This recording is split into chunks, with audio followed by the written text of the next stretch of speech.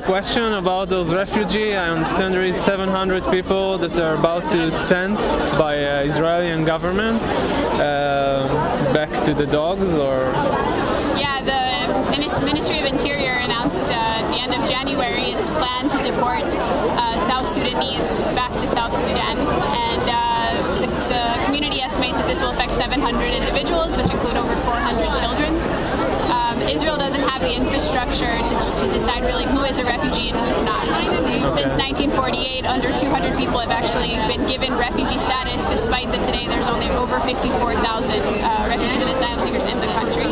So because Israel doesn't have that ability, we're saying don't deport anyone, because as you heard tonight, what's going on in South Sudan is quite problematic. We're talking about vast hunger, lack of clean water, violence between the north and the south, including aerial bombings over refugee camps. And because of this immense danger and the lack of ability of Israel to decide really who is a refugee and who deserves protection, we're just calling not to deport anyone. Comparing to Israel, other countries let them stay, you know? I mean, if I'm... Yeah, the United States has actually extended complementary protection for South Sudanese until at least May 2013, because they understand the extraordinary humanitarian concerns that are going on there.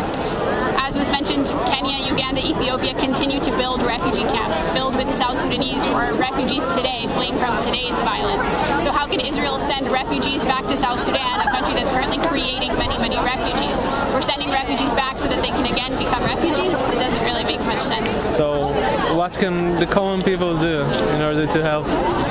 I think the common people, at least if it's the Israeli people, should call on their government to reverse this decision. We need public pressure. We know in Israel public pressure is what works. There's currently a petition with over 6,000 people that have signed it. I encourage everybody to go onto the website and sign it, to join the Facebook group, to write letters to members of Knesset, and to come to these types of events, because I think the more public pressure, the more likelihood to prevent these deportations. It's the public that changed the dialogue about these individuals from refugees to infiltrators. They're not infiltrators, they're people that we need to check their applications to who's refugees. They didn't cross the border to carry out any hostile activities, there's no security threat. And so I think the government needs to change its stance, and the public needs to ensure that that happens. Not to mention all the hell that they've been through until they got here. Okay. Yeah, exactly. I think that we always think of the trauma that refugees and asylum seekers endure as three different traumas. They have the countries of origin, whether they're fleeing the 20-year civil war or the 40-year civil war, whether they're having trauma from the journey to Israel, what's going on in Sinai, and the torture and exploitation of migrants there.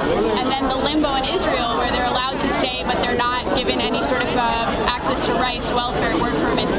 So they really are suffering on all those levels. And our duty is to let them have some shelter. Yes, I think especially with Israel's history, they should understand that refugees are deserving of refuge, and it's Israel's obligation to meet international standards. Actually, I hear very racist opinions in Israel. It's pretty...